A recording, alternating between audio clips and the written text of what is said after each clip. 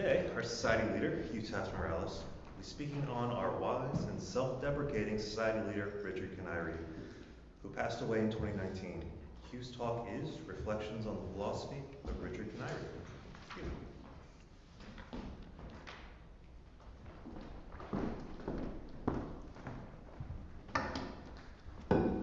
Thank you, Michael. Thank you, Rob. Welcome, everybody.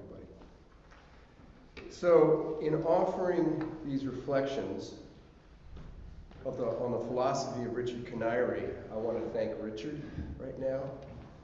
Thank you, Richard, for your generosity of spirit, your humor, your friendship, and for the philosophy that I share today. Second, many of you knew Richard when you first came to the society. They were your introduction. He was your introduction here to ethical culture. In many ways, for you, he embodied ethical culture. And I just want to say that my reflections today about his philosophy will not fully do justice to him. It certainly will not capture how special he was to you. So my goal is modest. It's simply to frame and explain parts of his essay, Ethical Humanism, as a religious approach. And if you want it, I can get you an email copy, or you can take one of these 2 copies here. This essay meant a lot to Richard. It's one of the last major things he worked on in his attempt to provide a concise but relatively complete philosophy of ethical humanism. It was his attempt to nudge this non-theist congregational movement towards being more of what he called a full-service religion, with a comprehensive and emotionally compelling philosophy. Now, at times he was his worst critic, but he did think that this essay and all the pieces in it, quote, do hang together. That's how he called it. And he hoped it would be helpful to us who want to nurture our approach to living an ethical life. And as you know, I'm sure it's not easy for any of us trying to live a more ethical life, but Richard expected us to. He condemned those who simply glided through life, distracted by material possessions, or those who were indifferent to the suffering of others. We must do more, as Richard put it, than just be nice people who vote Democratic. It was not enough to be liberal and to say the right things. It's not enough to repeat one of our favorite mantras, deed before creed. It's a catchy phrase that does capture our emphasis on action, but we must act. Richard wrote, "Deed is our creed." Now, while we're not dogmatic, though, Richard emphasized, we are creedal. That's his quote. We have beliefs. These beliefs, as flexible and evolving as they are, were why Richard embraced ethical humanism as a religion. Now, while Richard was well aware that there are many evil things that religions have done and encouraged, he was impressed at how throughout history religion persisted because it answered the natural human yearning for meaning and connection. Like Felix Adler, he worried that as modern sensibilities discarded supernatural religions, we'd be left with little less than a crass and shallow consumerism. We need, he insisted, something more. We do not need divine revelation, and we don't need to agree on one particular way to gain meaning and connection. But religion, while merely a human construction, Richard said that it was a valuable tool. He wrote, "Religion institutionalizes the natural desire of human beings to have their lives mean something. Religion says that there is a higher way of living, a conscious way, a more intense way. You can give life meaning, and you ought to." He continued, "We have the responsibility to offer our best understanding of the path to meaningful living in the contemporary experience. That is our unique, non-theistic, humanistic, ethical perspective on life, and it has a life-changing capacity." Ethical humanism is our tool in this community. Whether personally you call this tool a religion or not was not all that important to Richard. And it was not an issue for our founder, Felix Adler. But ethical humanism was, for Richard and for Adler, their religious approach to life, one that is deep. Leonard told me that he was struck by Richard's conviction related to ethical humanism as a religion. Richard was, in Leonard's words, an ethical culture originalist.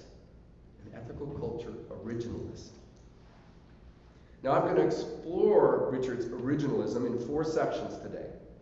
His embrace of doubt and naturalism, his respect for Enlightenment values, the influences in his philosophy of the Romantic movement, and Richard's repeated use of the phrase, life is a relational experience.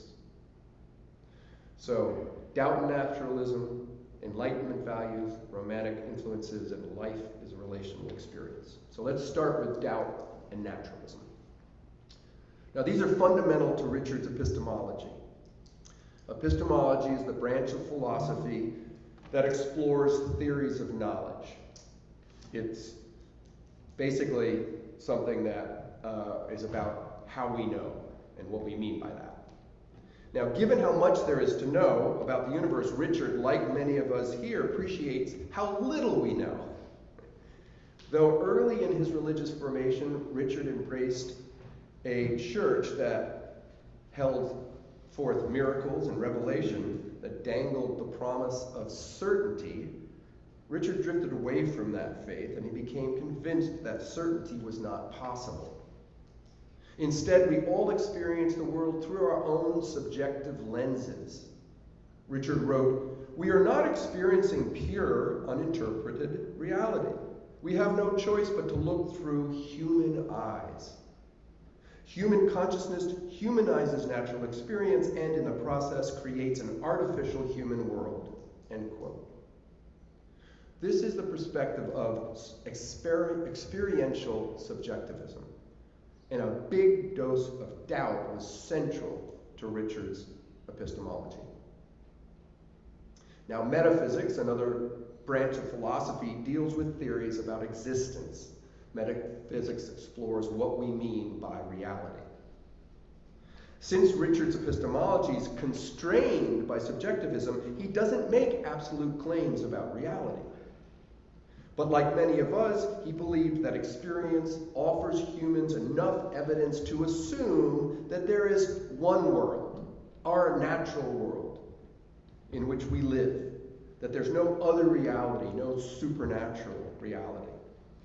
He writes that ethical culture, quote, accepts the human experience that is within natural experience. Everything we know is a part of the natural process. We start with natural experience and, until confronted by evidence to the contrary, we stay there. While it's possible that there's something beyond the natural universe, he continues, so far it is either unknowable or actually part of nature. Now, for those of us who have found naturalism and choose, as Richard put it, to stay there, we do need to avoid dogmatism, because Richard said that all of us should be open to possibilities not yet experienced. And with that humility, Richard and Adler and I agree that we should welcome and respect those who may have theistic and supernatural worldviews. Some of our members have those worldviews. Ethical culture is not anti-theist. As a community, we are non-theist. And Richard offered 3 ways that non-theism manifested in our communities. He said that we make no statements on the God question, we don't see it as an important question, and we don't make absolute statements. And I do believe Richard saw the paradox of that last absolute statement. Now, personally, I prefer non-theism because I feel no urge to discuss or disprove the existence of God. Sometimes I think that I alternate between 2 weird little terms, apatheism and agnosticism. An apatheist is not interested in debating the existence of God because it seems irrelevant. And an agnosticist thinks that the question of God is meaningless because the term God is incoherent and ambiguous. Now, those are not parts of ethical culture, that's just me. But it is not enough, Richard insisted, to just say what we don't believe, right? We have to articulate a direct, positive position, an affirmative belief system that serves people. And in this essay, he saw that we should embrace as our affirmative belief system a dynamic combination of two different worldviews. One that speaks to our head and one that speaks to our heart. He suggested we accept the wisdom of Felix Adler as represented by Enlightenment values filtered through the Romantic perspective. So let me see if I can make some sense of that phrase, Enlightenment values filtered through the Romantic perspective. So let's start with the Enlightenment.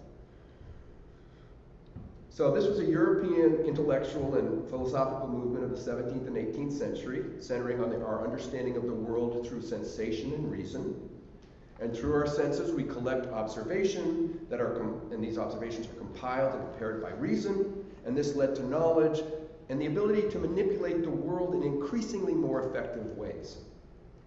Building on both Greek rationality and the scientific thought of Bacon, Newton, and Locke, the Enlightenment was, according to Richard, the foundation of Western humanism.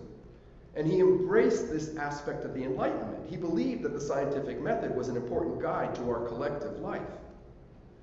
But Richard was wary of a couple of things flowing out of the Enlightenment project. As important as the Enlightenment was, as wonderful as the process it generated and the inventions it spawned, Richard spent a lot of time criticizing our over-infatuation with technology. For example, in a 2010 leaders message entitled, "Hello, can you hear me?" Richard bemoaned the pervasive presence of communication technology. He worried that it distracted us from growing more ethical. He wrote, "Making our world better is not a process of material progress, but progress in the way we treat each other. Innovations in communication should be judged not by their quantity, but by the quality of the exchange of thoughts and feelings. Improvements that help us understand each other as an outlet for our empathy would be actual progress." To Richard, scientific humanism didn't adequately promote empathy. Scientific humanism, what is that? Very simply, it's forms of humanism that emphasize that science is all you need to be able to make the world a better place. It became a confident worldview, sometimes called scientism. This was defined by Susan Hack in her book, Defending Science Within Reason. Scientism includes an excessive readiness to accept authority of science to answer all questions, to bow in deference to men in white lab coats. This was very much in vogue in the 1950s. After the madness of World War II, faith in science grew. Technology was heralded as a savior. Scientists and doctors were our heroes. But where was the empathy? Enlightenment thinking did not center that question. A second problem with the Enlightenment, according to Richard, was its overemphasis on individualism. Its overemphasis on individualism. This individualism can be expressed both in materialistic and spiritual terms, interestingly, as capitalist, consumerist meism, and as solipsistic flights into self-referential spiritual quests. Now, I heard Richard poke fun of New Age spirituality, but his critique was not really a violation of commitment to non-theism, because he didn't really make fun of the New Age religions due to their supernaturalism. I admit he may have raised his eyebrow over spirituality where, in the words of Felix Adler, vagueness is apt to prevail. The outlines of thought are apt to be blurred. The feelings aroused are apt to be indistinct and transitory. He might have been wary as well of those promoting what Adler again said, quote, who were promoting muddy thought and misty emotionalism. But it was not the supernaturalism that so bothered Richard. It was the narcissistic self-centeredness. I never heard him criticize people for deeply held supernatural beliefs that allowed for genuine compassion and connection to others. But he had no time for the self-centered and selfish spirituality. He was way less patient for the selfish materialistic individualism made possible by the Enlightenment thinking in science, because when you combine the power of science with the adulation of the individual, you open the door to the possibility of rabid consumerism that's all around us. We cannot, Richard insists, accept this most dominant paradigm. In fact, he went so far as to say that we are all kneeling at the altar of consumerism. He wrote, "Our present consumer culture is the actual religious base of our culture, and that is the primary enemy of ethical culture." That's really quite a claim. Now, this is a theme in American history. Consumerism is often seen as a threat to more godly ways of living. Early 1800s, you had a religious revival called the Second Great Awakening, in which the growing materialism around us made people think that we're all going to go to hell. It worried people. Many people saw our addiction to wealth as sinful and causing the evils of slavery and brutal capitalism. And this hard-edged rationalism of the Enlightenment, which allowed for the accumulation of wealth at unprecedented levels, blinded us to more ethical approaches to life. And to save us from this cultural cancer, at the time, many people turned to new evangelical religions in the Second Great Awakening. I mean, bursting onto the scene were Mormons, Seventh-day Adventists, disciples of Christ. People were searching for something more than materialism. Now, for those less comfortable with supernaturalism, they could turn to the growing Unitarian, Universalist, and Transcendental movements, all influential roots of ethical culture. They were able to balance the hard-edged individualistic and overconfident rationalism with emotional and aesthetic influences of the Romantic movement, to which I'll now turn. And again, I apologize, this is a little brief detour, but I think it's necessary to understand Richard's perspective.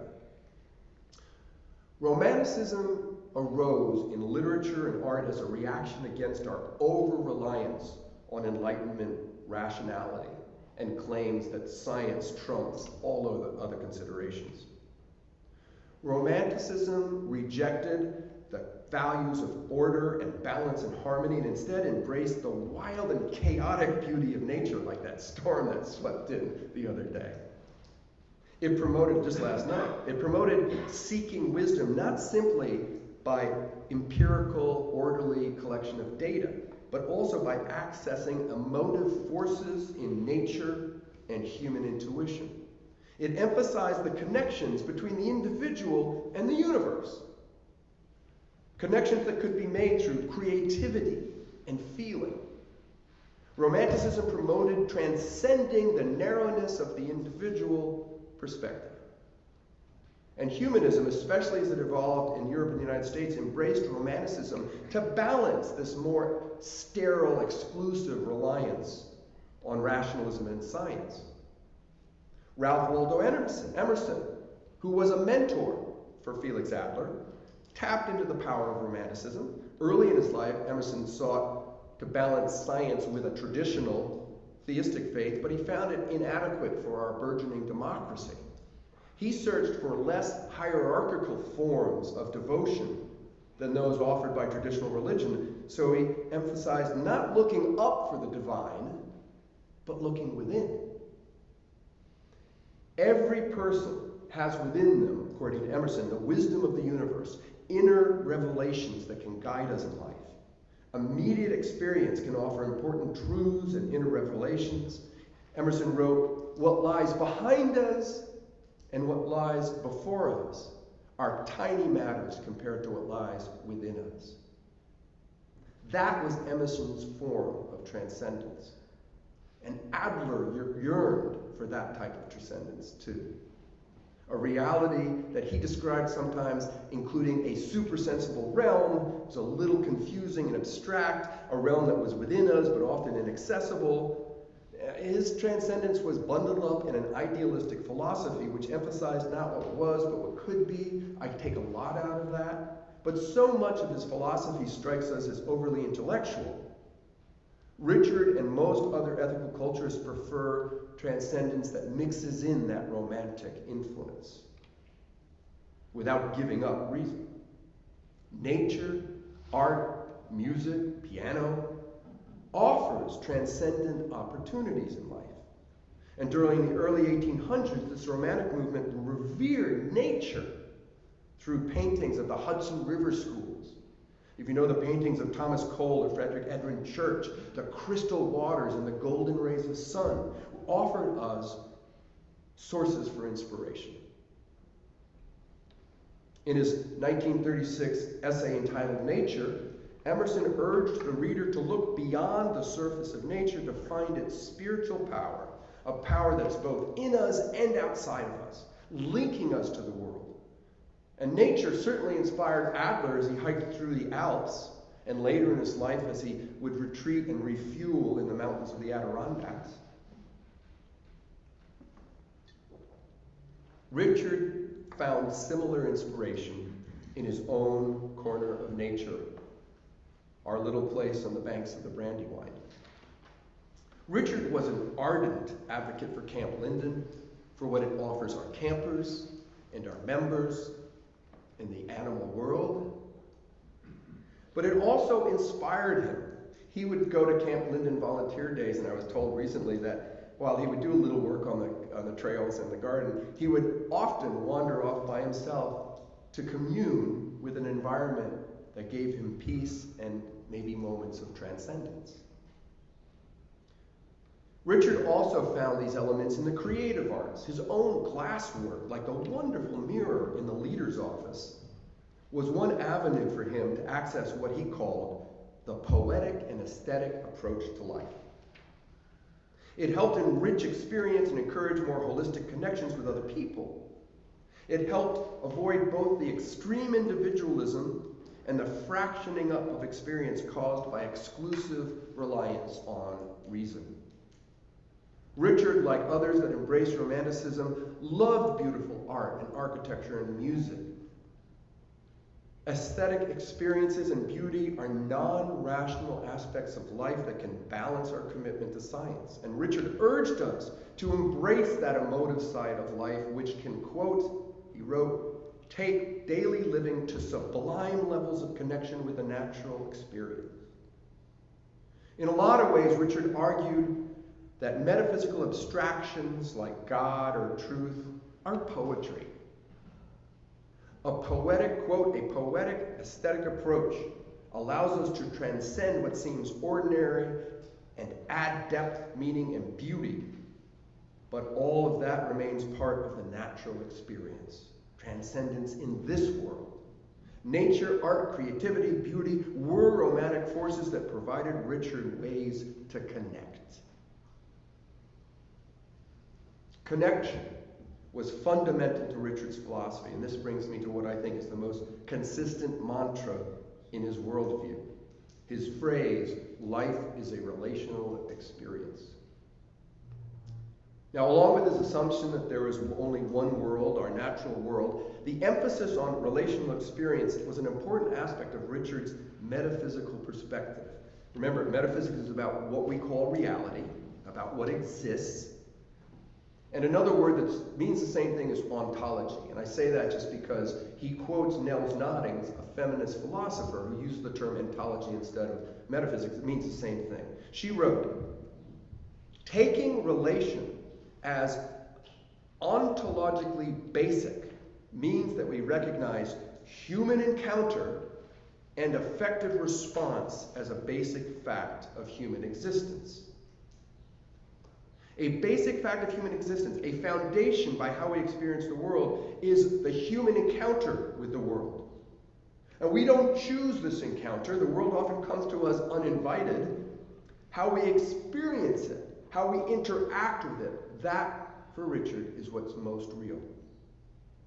Human experience was, for Richard, the individual in relationship. When we're dealing with other living creatures, whether we're acting in nature, we must choose how to act there. Richard writes, each human being arrives into an objective natural experience that remains for each a subjective experience of relationship. Even in existential loneliness, we take our whole relational experience with us. He continues, in the natural relational reality, each person must decide who they are amongst others and what they bring to the relationship, and that is, of course, an ethical experience. An experience of choosing how to treat others, including all the individual aspects of life around them. We get to choose how we relate to the world. This is a fundamental part of the existential psychology of Viktor Frankl, which I discussed with Richard on a number of occasions. And he and I share an affinity towards existentialism, which emphasized our human power to make choices. What is harder to do, Richard would point out, is take responsibility for our choices. So often we make excuses for the choices we make. I know I make way too many excuses. I mean, I'm going to make an excuse this afternoon when I come back from Max's Produce around the corner with my fruit in a plastic container, and that plastic container will end up in a landfill somewhere. And Richard pointed out that it's not just that, but it's the fact that I will often then say, well, but they won't allow me to ladle fruit into my own the thing that I take from home. But we have choices. And Richard says that we need to take responsibility for those choices. Now, in ethical culture, the most fundamental choice we have is how we're to relate to other creatures. Adler, Richard, and many others urge us to choose to treat people as if they are of unique, irreplaceable, inherent worth. We don't discover worth. We choose to attribute worth to others. As Richard writes, intrinsic worth is, yes, an attribution. We do not have to treat others as individuals who deserve respect, but the reason we do is staring us in the face. Worth comes with existence as an individual takes their essential place as part of the whole. In their individuality, they belong to themselves, and that should be respected. At its core, life is a relational experience, and that relationship is with beings, things, entities, persons, whatever you want to call them, he said. I would include all human and non-human, that was Richard, who are in varying degrees are equals in their own individuality. They are not ours to use simply as we wish. Relating to others merely as objects of use to us is control, not relationship.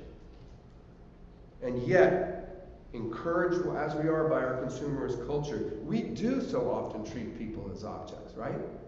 Too often we don't treat encountering other people as an opportunity for relationship, but as a way to get our needs met. People become commodities. I think that's as close as ethical culture has ever gets to Marxism, but Richard and I saw that element. The alienation that infects our society can be countered only by people who prefer relation over dominion. To conclude, what is our goal? What is the ideal? Richard offers this, quote, a world of individuals treating each other with respect as co-equals is our ideal, and a world of personal happiness. That was, for Richard, heaven on earth. Now that Richard's no longer with us in actuality, and that we hold him in our imagination and memory, we're left to honor him through our actions. By choosing to love life, as he put it, we honor him. Now, Richard was far from maudlin. He was too cynical for that. And though his heart was big and his empathy expansive, he would emphasize that loving life is not a sentimental thing. He said that could too easily become self-serving. It could easily fall into us to maudlin moments or wallowing in guilt and falling short, for buying fruit in plastic. But Richard pointed out that guilt is very unproductive. For Richard, to love was wrapped up in the capacity to be open to experience and to other people and other animals, and to let those relationships affect us and help us grow and change. In his life, that's how love manifests in this world. Opening ourselves up to the natural, emotive, and inspirational energy can help us change and help us change the world. We can do better at treating others with respect and kindness. And by choosing to focus on our deeds and not just our creeds, we live the values of ethical culture. And by doing that, Richard reminds us that we humanize our universe. Thanks for listening, and thank you, Richard.